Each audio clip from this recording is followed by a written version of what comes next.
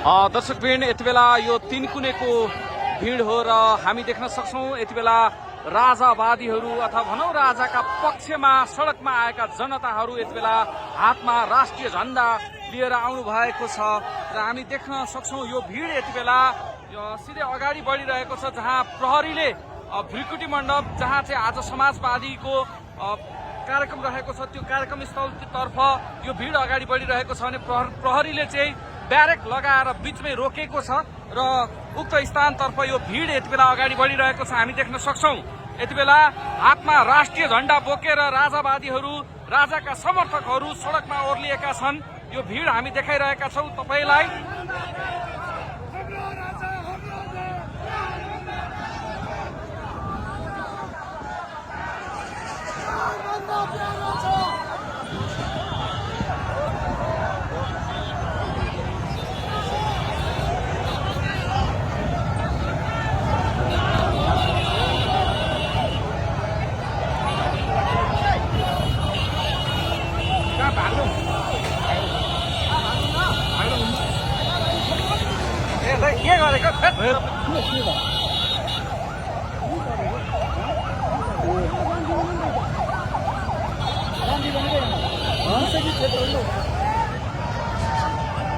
प्रहरीले त्यहाँबाट ब्याक गराएको छ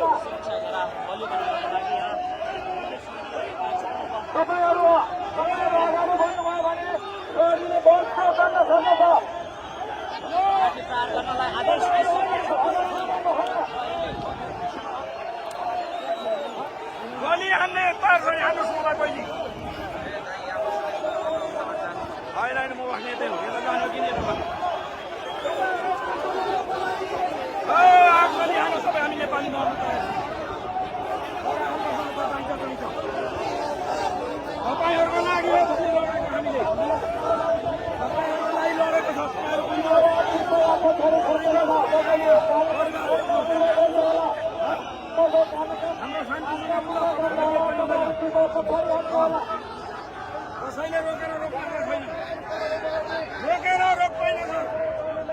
यहाँ बसेर यस्तो नआउनु न तपाईँ उतापट्टि जानु न अहिले पुलिसले हान्न थाल्यो भने अगाडि जानु बित्थामा यहाँ तपाईँ कार्यालयहरू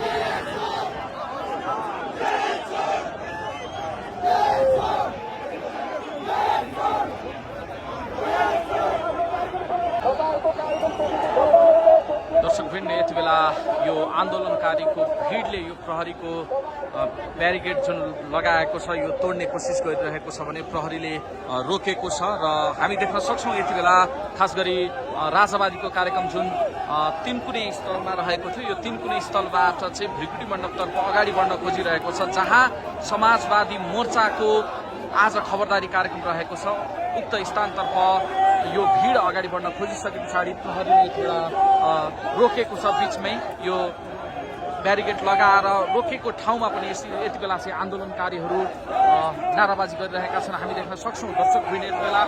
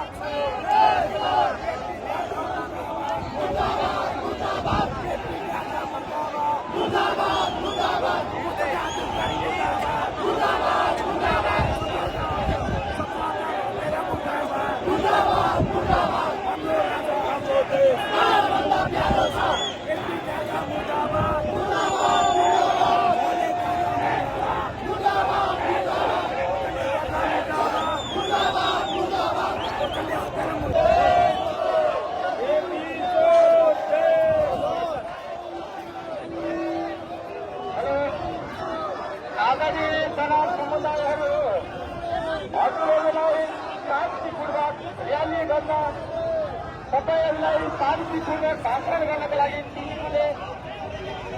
सहयोग गरिरहेको छ। यसकारणले हजुरहरूले प्रत्येक स्थानमा गएर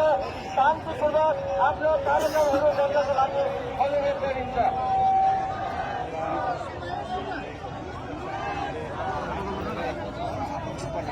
आदरणीय जनसमुदाय कस्तो तिम्रो लागि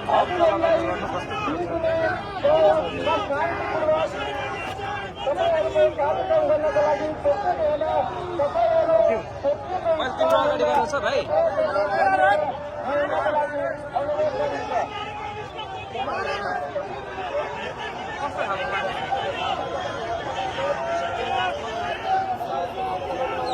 राजावादी दलहरूको उपस्थित पनि बाक्लो देख्न सकिन्छ र राजावादी दलहरूले विभिन्न खालका नाराहरू लगाइरहेका छन् र व्यवस्था गणतन्त्र नस्किसकेको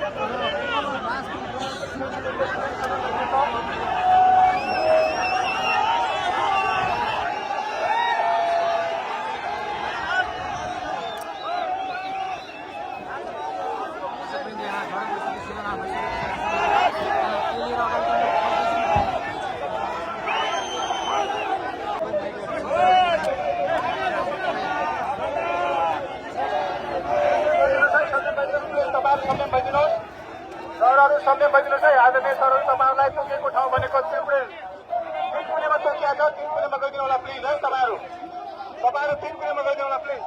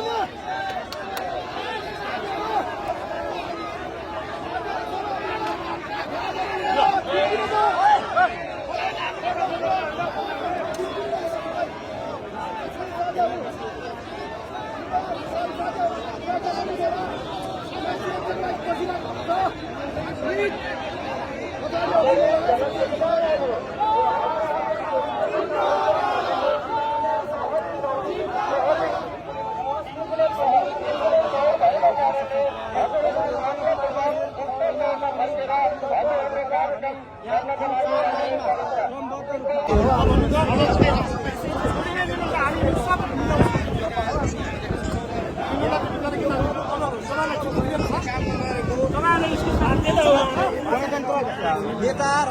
जुन राष्ट्रस्था अन्त्य भएर गणतन्त्र विस्थापना भइसके पछाडि जुन खालको अवस्था थियो नेताहरूको जुन खालको चक्कर लगाएर सोच्न छिरेका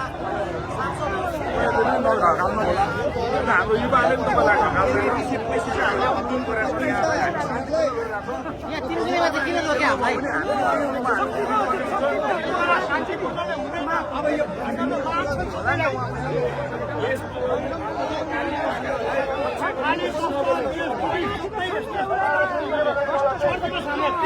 हामी लाइन बस्यो हामी लाइन नछोडौँ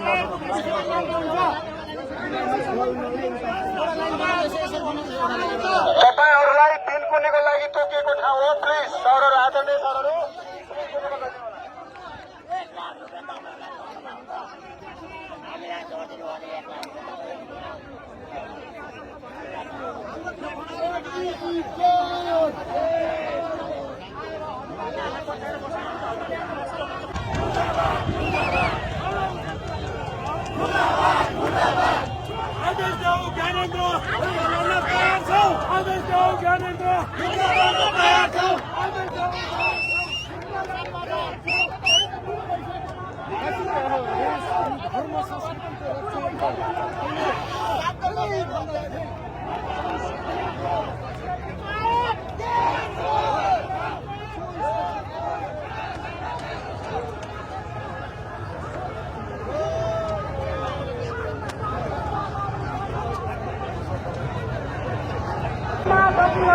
नेपालीको बानी हुन्छ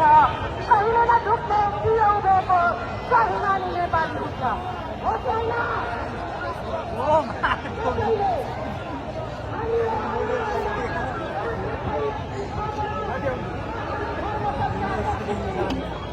गर्नको लागि